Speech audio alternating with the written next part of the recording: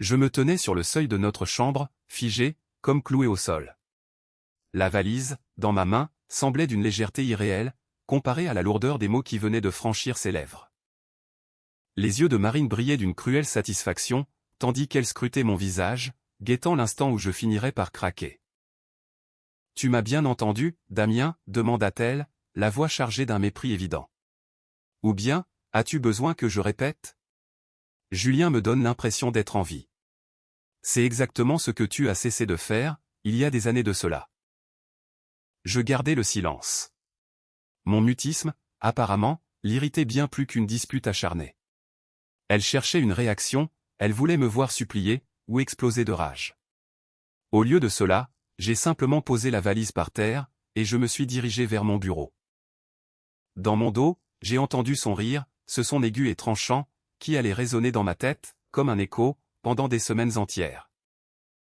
Mais elle ignorait, au fond, à qui elle avait affaire. 15 ans. Cela faisait 15 ans que je bâtissais, jour après jour, ce que nous possédions. Pendant qu'elle dépensait mon argent dans des robes de créateurs et des spas luxueux, je construisais un empire financier, brique par brique. Chaque contrat, chaque négociation, chaque poignée de main. Tout cela était le fruit de mon travail, de mon intelligence, et de ma capacité à anticiper les choses, toujours avec 10 coups d'avance. Marine, de son côté, n'avait jamais été qu'une belle image, posée à mes côtés. L'épouse idéale pour les soirées mondaines, la maîtresse de maison charmante, qui savait parfaitement impressionner mes partenaires. Pourtant, derrière cette façade parfaite, se cachait un vide absolu, un vide que je m'efforçais d'ignorer. Je l'aimais, ou du moins, j'aimais la version d'elle que je m'étais inventée. Mais à présent, cette douce illusion venait de voler en éclats. J'ai refermé la porte du bureau, et je me suis assis derrière ma lourde table en chêne. Mes mains ne tremblaient pas, et mon cœur battait à un rythme parfaitement régulier. Étrangement, à cet instant précis, je ne ressentais aucune douleur, mais plutôt un calme absolu, presque glacial. C'était peut-être l'état de choc. Ou bien, une part de moi attendait ce moment depuis longtemps, s'y préparant inconsciemment, dans l'ombre. Julien, elle avait choisi Julien. J'ai esquissé un léger sourire, tout en ouvrant mon ordinateur portable. Julien Delorme, 32 ans, le neveu de mon partenaire en affaires, Victor Dupont. Un beau garçon, doté d'un sourire ravageur, mais avec des yeux désespérément vides. Je le connaissais bien, même beaucoup trop bien. Victor m'avait demandé de prendre son neveu sous mon aile, de lui donner sa chance au sein de notre entreprise. J'avais accepté, par pur respect pour mon vieil ami. Quelle cruelle ironie! Depuis 6 mois, je recevais des rapports étranges de mon chef comptable, de légers écarts dans les chiffres, de minuscules incohérences, que la majorité des gens auraient tout simplement ignorées. Mais je ne suis pas la majorité des gens. J'avais engagé un auditeur privé, un homme en qui j'avais une confiance absolue. Il avait travaillé en silence, avec une méthode implacable, et ce qu'il avait découvert s'était révélé être une véritable mine d'or. Julien ne volait pas de grandes sommes, il était suffisamment rusé pour ne pas éveiller les soupçons dans l'immédiat. De fausses factures, des frais professionnels gonflés, des commissions occultes versées par des fournisseurs. En l'espace d'une année, le montant s'élevait à près de 200 000 €. Je rassemblais les preuves, préparant un dossier solide pour les autorités, mais je repoussais le moment de sévir. Victor était un ami cher, et je ne voulais pas briser notre relation, tout cela à cause de son bon à rien de neveu. Mais aujourd'hui, la donne avait changé. Désormais, j'avais une excellente raison d'agir. Et bien plus qu'une simple raison. J'avais une motivation, froide et tranchante, comme la lame d'un couteau. J'ai ouvert le dossier contenant les documents, les relevés bancaires, les emails compromettants, les enregistrements des conversations téléphoniques. Tout était là, soigneusement classé et rigoureusement documenté. J'ai passé 1 heure à vérifier chaque détail, m'assurant que le dossier était parfaitement étanche, sans la moindre faille. Ensuite, j'ai commencé à faire des copies, préparant des paquets de documents pour différents destinataires. Depuis le salon, le rire de Marine est parvenu jusqu'à moi. Elle était au téléphone, probablement avec une amie, savourant et partageant son triomphe. Sa voix était légère, presque insouciante. Elle pensait sincèrement avoir gagné, avoir trouvé une vie meilleure, aux côtés d'un homme meilleur. Pauvre et stupide Marine. Elle ne réalisait pas que, à l'instant même où elle m'avait ri au nez, elle venait de signer son propre arrêt de mort. Pas parce que je suis un homme cruel, ni parce que je prends du plaisir à faire souffrir, mais parce que mes années dans les affaires m'ont appris une règle fondamentale.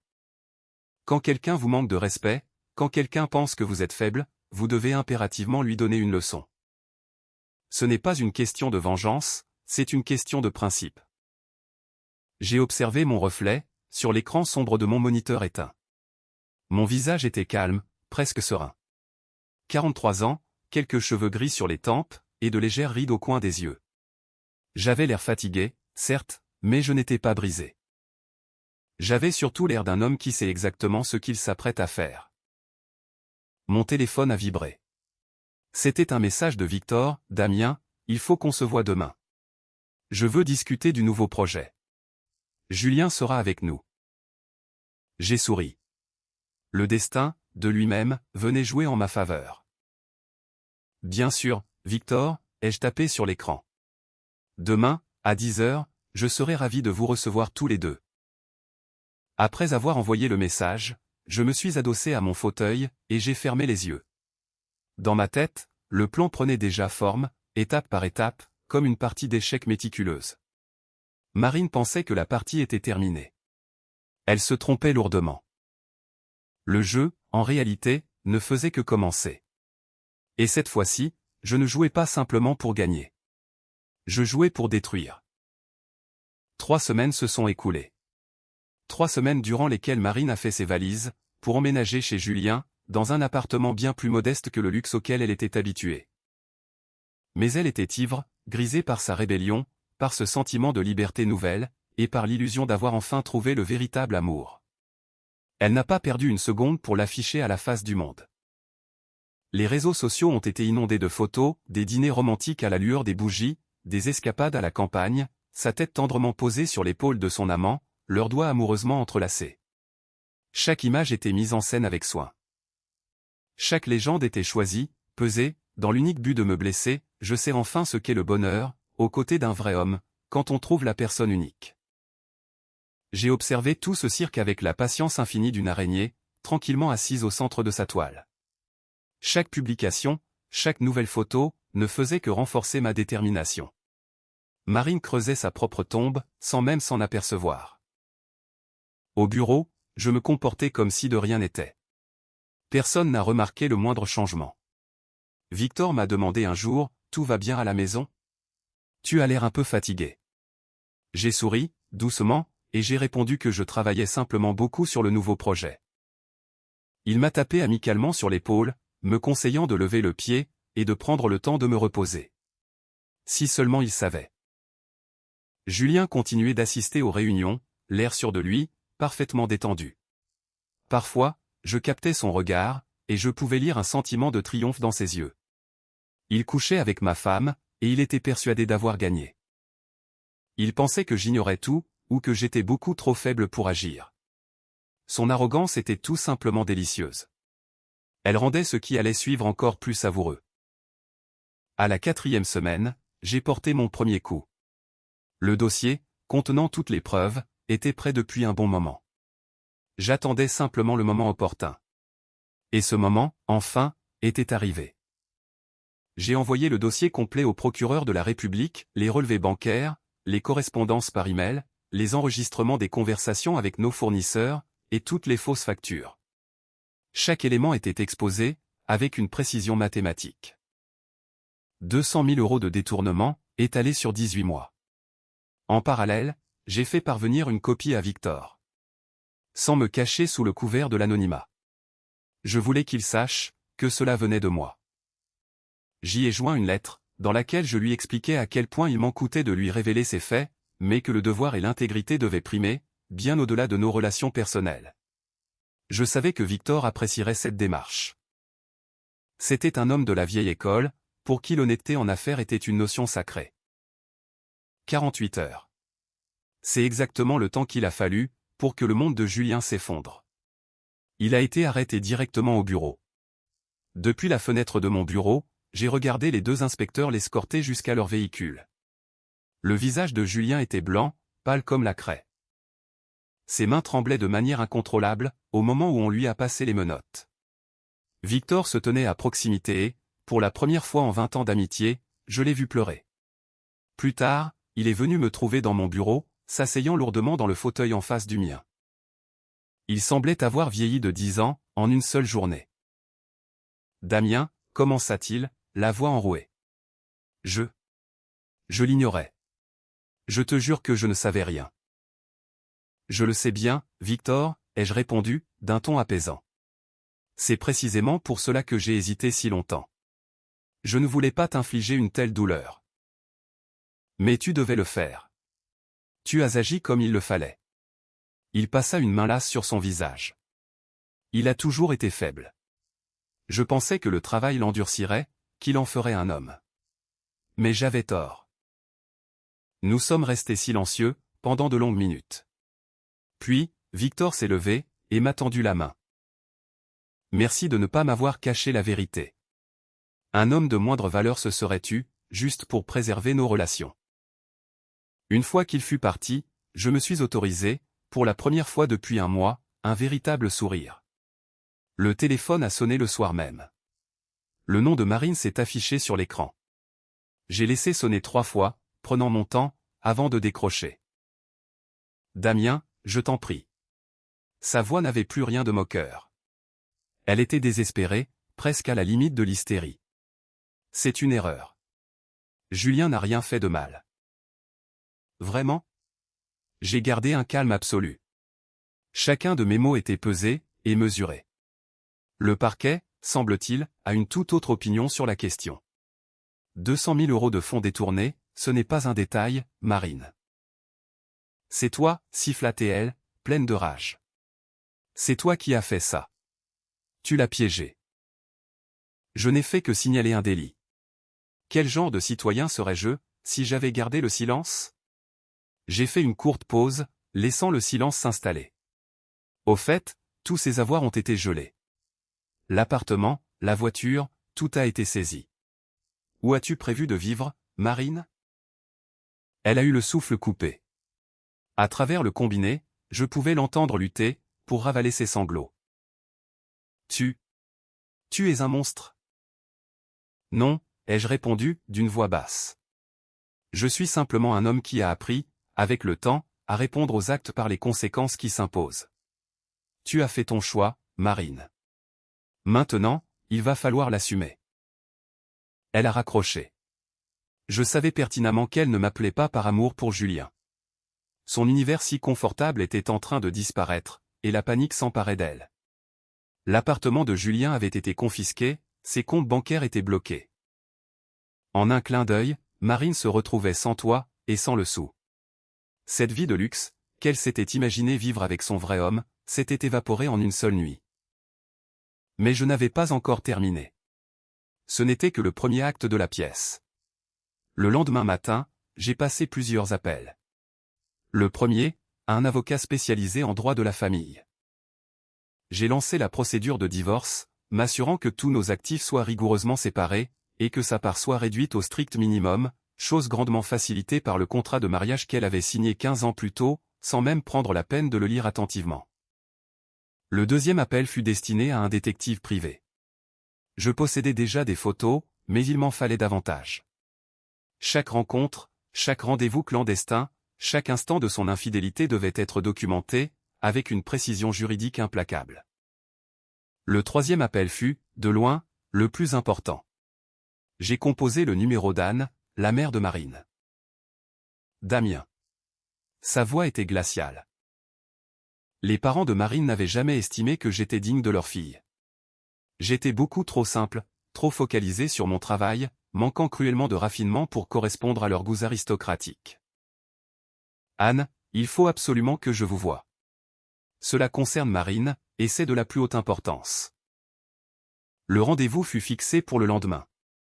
Et je possédais un dossier, que j'avais hâte, vraiment hâte, de leur présenter. La toile se resserrait, peu à peu, et Marine ne sentait même pas les fils de soie l'emprisonner, de toutes parts.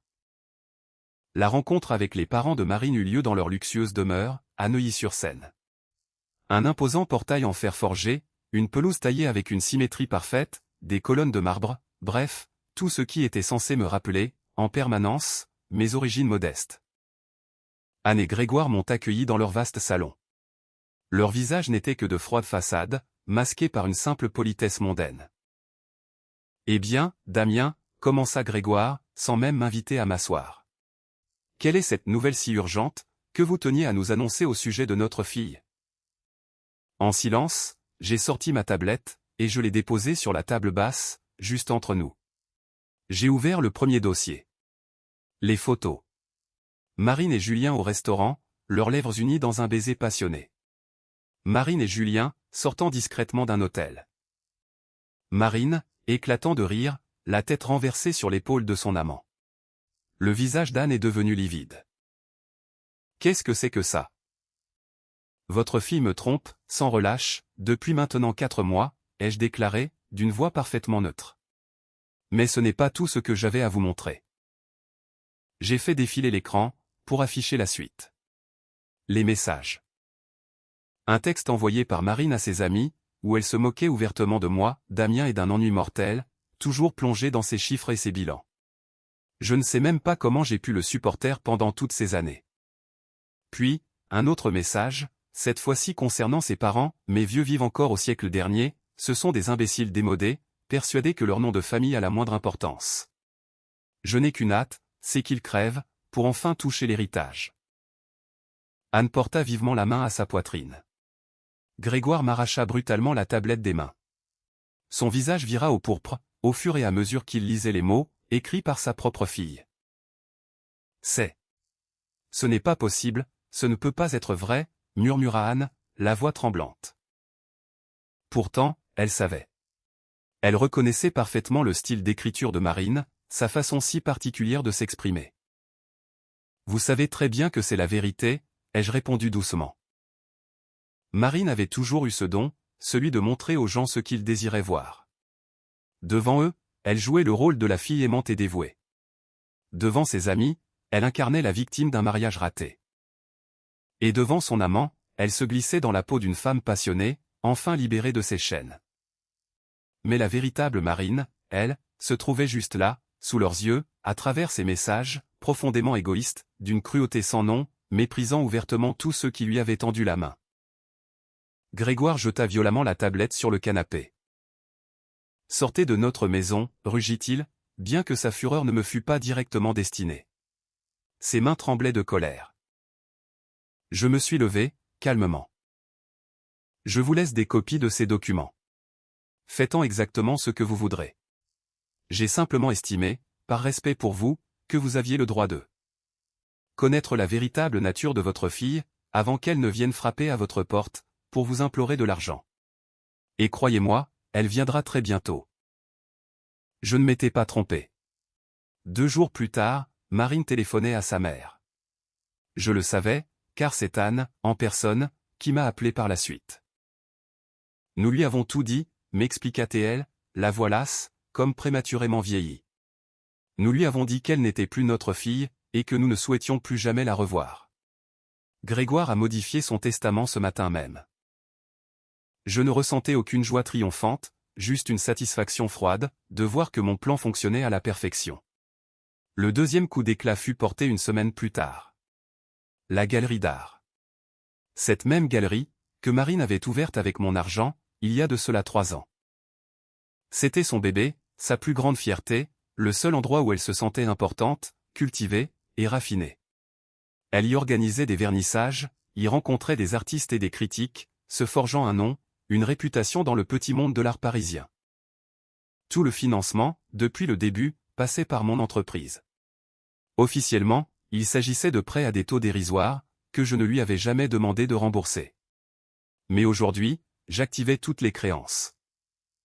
Remboursement immédiat, de l'intégralité de la somme, intérêts compris, soit 320 000 €. Marine n'en possédait pas même le 10e. Mon avocat lui a fait parvenir une mise en demeure officielle. 30 jours pour rembourser la dette, sous peine de lancer une procédure de faillite personnelle. Marine a remué ciel et terre pour trouver des investisseurs, elle a supplié les banques, imploré ses connaissances, mais personne n'a voulu s'associer à une galerie dont la fondatrice était mêlée à un scandale d'adultère, et dont l'ex-mari, puissant et rancunier, réclamait son dû. 1 mois plus tard, la galerie a définitivement fermé ses portes. J'ai racheté le local aux enchères, pour une somme dérisoire. J'ai vendu l'intégralité de la collection de peintures. Le nom de Marine, dans les cercles artistiques, est rapidement devenu une simple plaisanterie. Vous vous souvenez de cette femme, qui pensait pouvoir bâtir une carrière sur le dos de son mari. Pendant ce temps, Julien croupissait en détention provisoire, attendant son jugement. Ses avocats tentaient désespérément de négocier un accord, mais les preuves rassemblées étaient tout simplement accablantes. Il risquait, au bas mot, 5 années de prison ferme. Marine, quant à elle, louait une petite chambre de bonne, dans une banlieue triste de la périphérie parisienne. Ses profils sur les réseaux sociaux étaient devenus silencieux, morts. Fini les photos, les dîners romantiques, et terminé les publications vantardes sur le bonheur absolu. Il ne restait plus rien, à part un lourd silence. 2 mois après l'instant où elle m'avait ri au nez, Marine m'a envoyé un message. Un seul message, contenant 3 mots, « Tu as tout détruit ». J'ai regardé l'écran de mon téléphone pendant de longues minutes, choisissant mes mots avec soin, puis j'ai tapé ma réponse, « Pas tout ». Car, en réalité, je lui avais laissé une chose précieuse, la mémoire. Le souvenir de tout ce qu'elle avait balayé d'un revers de main.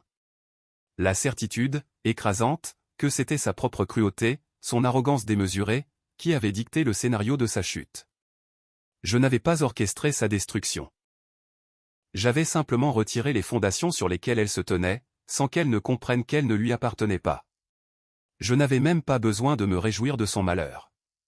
Ce silence pesant était, à lui seul, la forme la plus pure de la vengeance. J'ai rebâti ma vie, en m'entourant de personnes qui accordaient de l'importance à la loyauté et au respect. Victor et moi sommes devenus encore plus proches. De manière assez paradoxale, le drame causé par son neveu a considérablement renforcé notre amitié. Il appréciait ma franchise, mon courage de dire la vérité, même lorsqu'elle était douloureuse à entendre. J'ai commencé à fréquenter Hélène, une brillante architecte, que j'avais rencontrée lors d'un dîner d'affaires. Elle était intelligente, farouchement indépendante, avec ses propres accomplissements et ses propres rêves. Quand elle riait, c'était un son chaud, doux et sincère, l'exact opposé du rire strident et moqueur de Marine. Un soir, alors que je me promenais avec Hélène dans les allées du jardin du Luxembourg, j'ai reçu un tout dernier message de Marine. J'avais tort. Pardonne-moi. Je n'ai pas répondu. Il y a des choses qu'il est impossible de pardonner, non pas parce qu'elles font trop souffrir, mais parce qu'elles ouvrent brutalement les yeux sur une vérité que l'on ne peut plus effacer. Marine ne regrettait pas de m'avoir blessé. Elle regrettait, amèrement, les conséquences de ses actes. Hélène m'a pris doucement la main. Tout va bien? Oui, ai-je répondu, réalisant avec une clarté absolue que c'était la stricte vérité. Tout allait parfaitement bien. Quant à Marine. Il ne lui restait plus rien, si ce n'est l'écho de son propre rire, qui venait se moquer d'elle dans l'obscurité. Et c'était là, sans l'ombre d'un doute, la vengeance la plus parfaite qu'il soit, la laisser vivre avec le poids de ses choix, la laisser réaliser, chaque matin que Dieu fait, qu'elle a elle-même ruiné son existence.